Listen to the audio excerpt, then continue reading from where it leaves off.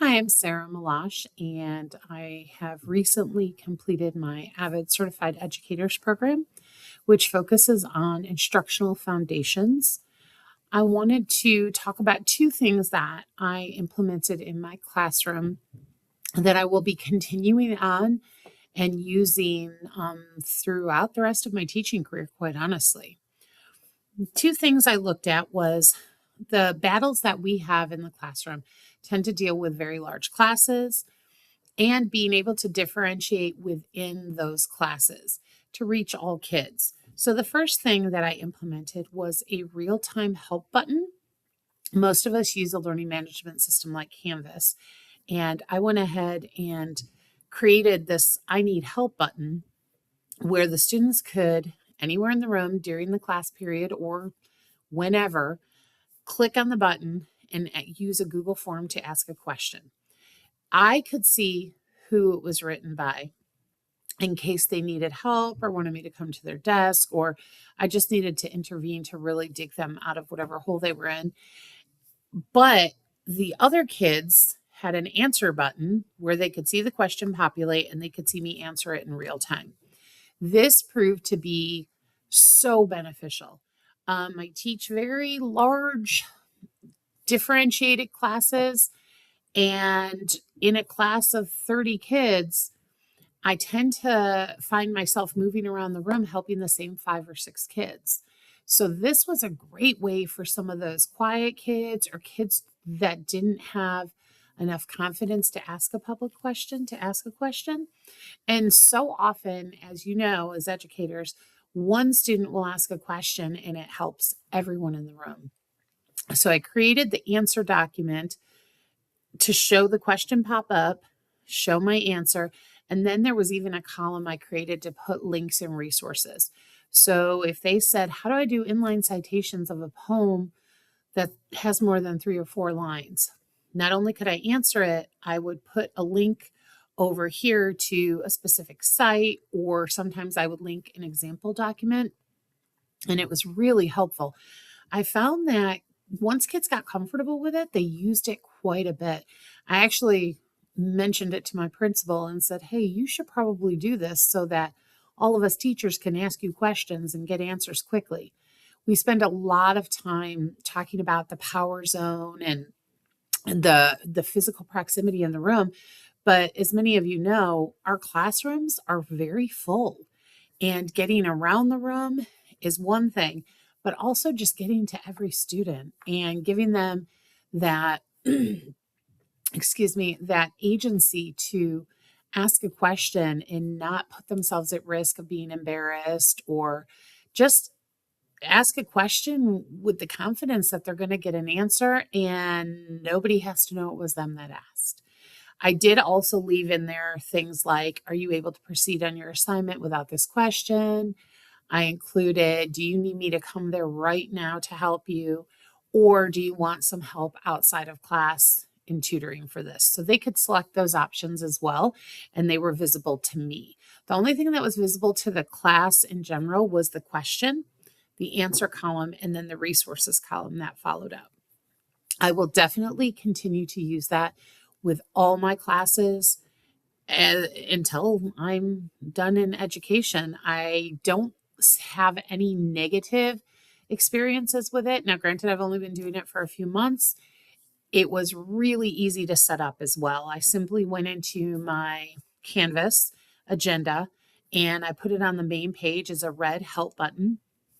They click on it and a Google form comes up and collects data. And then I had that linked to a spreadsheet, which is also linked on the main page right under the help button. It's the green answer key.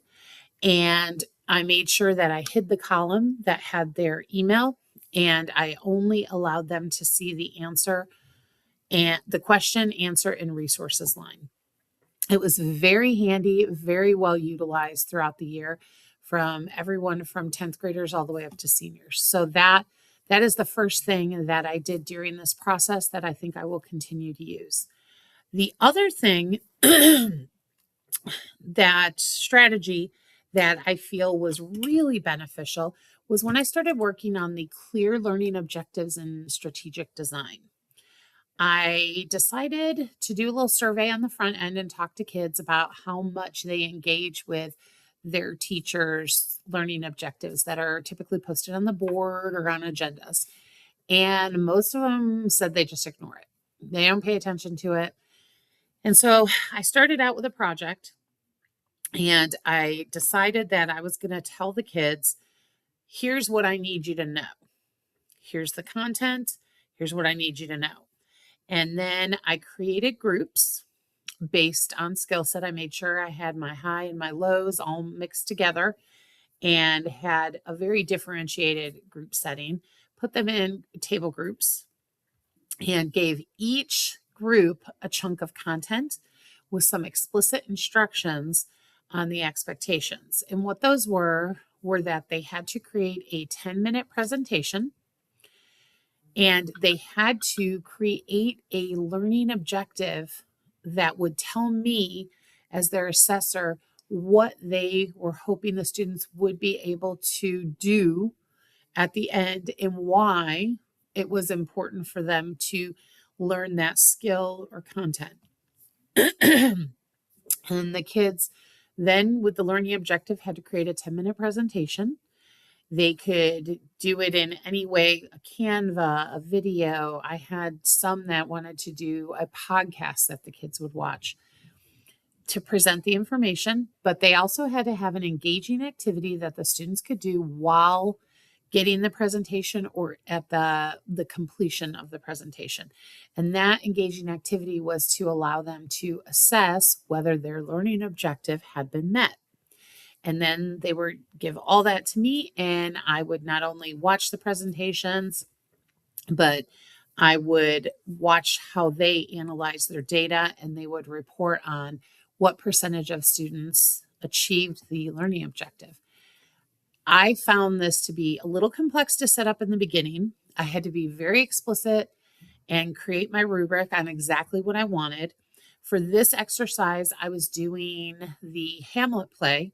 So I started with background on Hamlet, like the biography, the written history of the play, Shakespeare's style, with everything he wrote, and then Shakespearean tragedy as a genre. And I gave them the content and I gave them a couple guidelines and I was there to assist them along the way. I also gave them some sample learning objectives using that student will be able to in order to produce a model. What I found the most beneficial about this process was the fact that the conversations they were having, the fact that they had to think about what are my classmates going to be able to do and why are they doing it and how will we assess if they've done it. And that was brilliant. I could not believe how in depth they went and how well they did. Now, where we got a little funky was some of their engaging activities were a couple had like word searches, and we had to have a conversation about how will you from this particular assessment, and we talked about formative assessments and summative assessments. How will you be able to pull data from this assessment to determine if you met your goal, your learning objective? And it was really a good conversation. It was a good tool. And I will tell you, the kids really grabbed onto some information. We started out the project by pulling up the learning pyramid. And when we got to the base where it says 90% of what you teach, you retain, they were all on board. They were all sold and there was buy-in. So I feel this is a really good project that you could do with even the smallest little bit of content and allow kids that opportunity to have that agency and that voice in the process.